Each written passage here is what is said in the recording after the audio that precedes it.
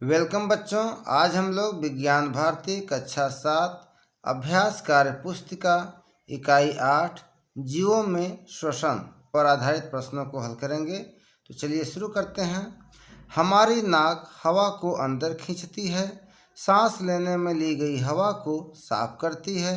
नाक में छोटे छोटे बाल अर्थात रोए होते हैं जो रोगाणुओं धूल के कणों को अंदर आने से रोकते हैं।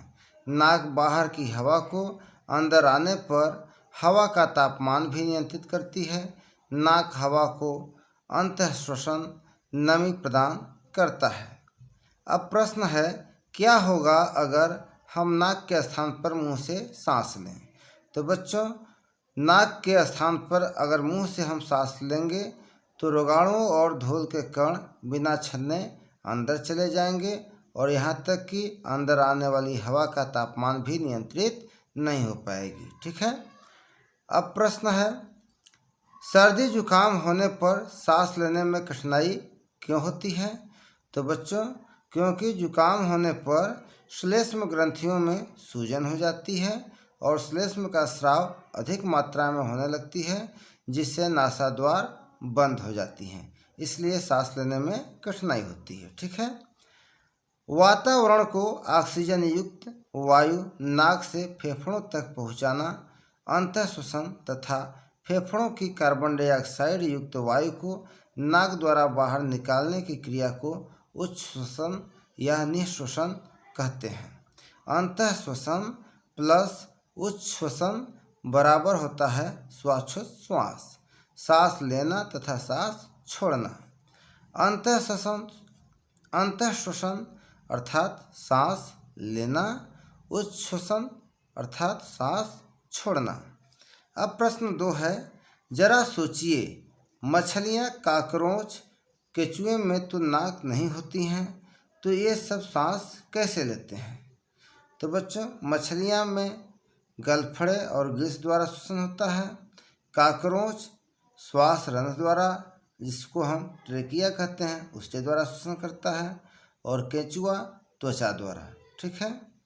अब प्रश्न 3 है, सुमेलित कीजिए।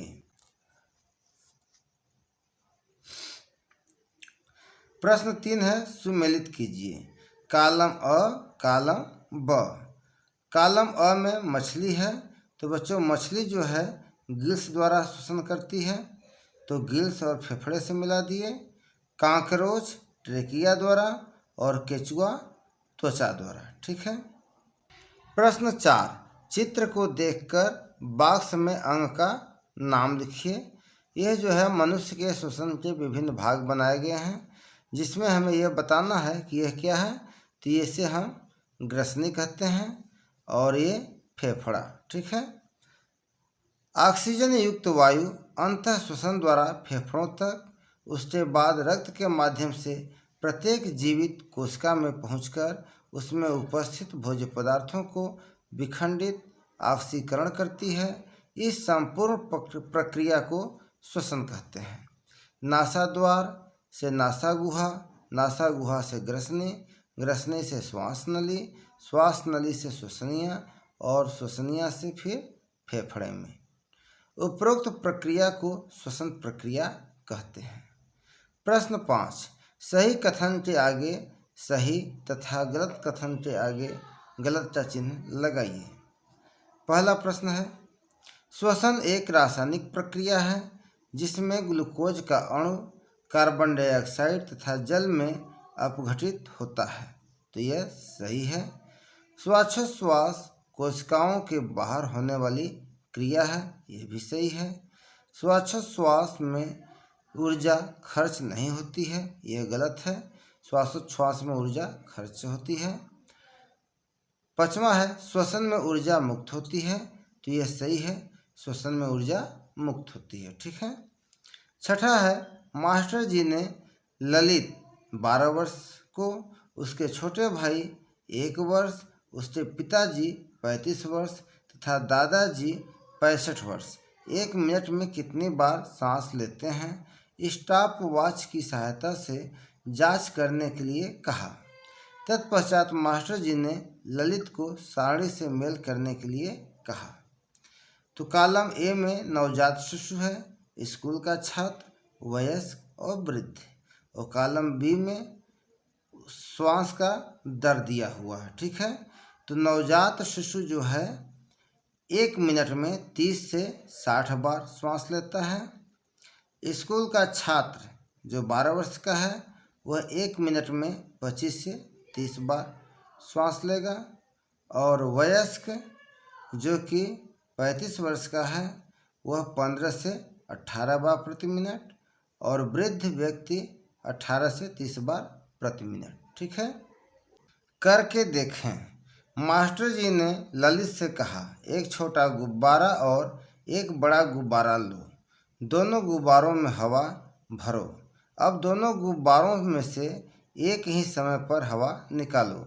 यह तो स्पष्ट है कि छोटा गुब्बारा जल्दी खाली होगा, इसी तरह फेफड़ों में भी हवा भरती और निकलती है।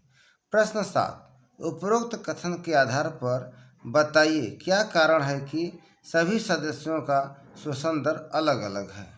तो बच्चों, क्योंकि सभी सदस्यों के फेफड़ों में हवा भरने की क्षमता अलग अलग है, इसलिए सभी सदस्यों का श्वास दर अलग अलग है। ठीक है, कारण बताइए।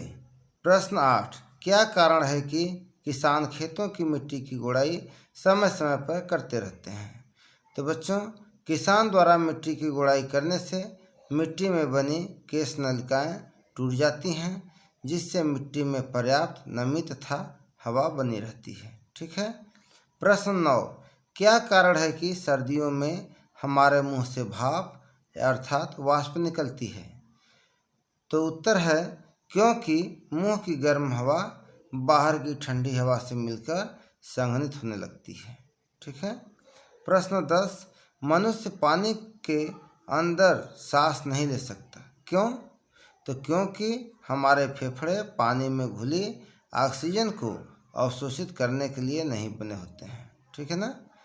प्रश्न 11, पेड़ पौधों में निरंतर श्वसन की क्रिया क्यों होती है। तो क्योंकि उन्हें भी जीवित रहने के लिए विभिन्न प्रकार की जैविक क्रियाएं करनी पड़ती है और इन क्रियाओं के लिए ऊर्जा की आवश्यकता होती है, इसलिए पेड़ पौधे भी निरंतर श्वसन करते रहते हैं। प्रश्न 12, जम्हाई आने का कारण लिखिए। तो जम्हाई आने के कारण है नींद की कमी, थकान, रक्त में ऑक्सीजन की कमी इत्यादि। जम्हाई लेने से ज़्यादा वायु अंदर लेते हैं, जिससे रक्त में ऑक्सीजन की ताज़ा आपूर्ति होती है। प्रश्न 13, निम्नलिखित प्रश्नों का उत्तर एक शब्द में दीजिए। काष्ठी तनों में स्टोमेटा अनुपस्थित होते हैं, अतः उनमें श्वसन के लिए कौन सी संरचना होती है। तो बच्चों, उसमें श्वसन के लिए वात रंध्र होते हैं, जिसे हम अंग्रेजी में लेंटिकल्स कहते हैं। ठीक है। प्रश्न 14, मेढक एक उभयचर प्राणी है, वह जल और थल दोनों में रहता है, वह दोनों ही स्थितियों में किस प्रकार से श्वास लेता है। तो बच्चों, जल में त्वचा द्वारा लेता है तथा थल पर फेफड़ों द्वारा। प्रश्न 15, यहाँ पर आप देख रहे हैं कि फेफड़ा बना हुआ है और अंतः श्वसन में ली गई वायु 21% ऑक्सीजन और 0.04% कार्बन डाइऑक्साइड, और यहाँ पर आप देख रहे हैं कि उच्च श्वसन में छोड़ी गई वायु है जो कि 16.4% ऑक्सीजन और 4.4% कार्बन डाइऑक्साइड। अब प्रश्न है, अंतः श्वसन में ली गई वायु में कौन सी गैस होती है। तो यहाँ पर आप देख रहे हैं कि अंतः श्वसन में ली गई वायु में 21% ऑक्सीजन है और 0.04% कार्बन डाइऑक्साइड है। तो हमने लिख दिया है कि 21% ऑक्सीजन एवं 0.04% कार्बन डाइऑक्साइड। प्रश्न 17, उच्च श्वसन की वायु में क्या केवल कार्बन डाइऑक्साइड ही होती है। तो नहीं, उच्च श्वसन के वायु में ऑक्सीजन और कार्बन डाइऑक्साइड दोनों होती है। तो यहाँ मैं लिख दिया नहीं, कार्बन डाइऑक्साइड और ऑक्सीजन दोनों होती हैं। इस तरह से बच्चों इकाई 8 के प्रश्नों को हम लोग हल कर लिए। फिर मिलेंगे नेक्स्ट वीडियो में। तब तक के लिए आप सभी को बहुत बहुत धन्यवाद।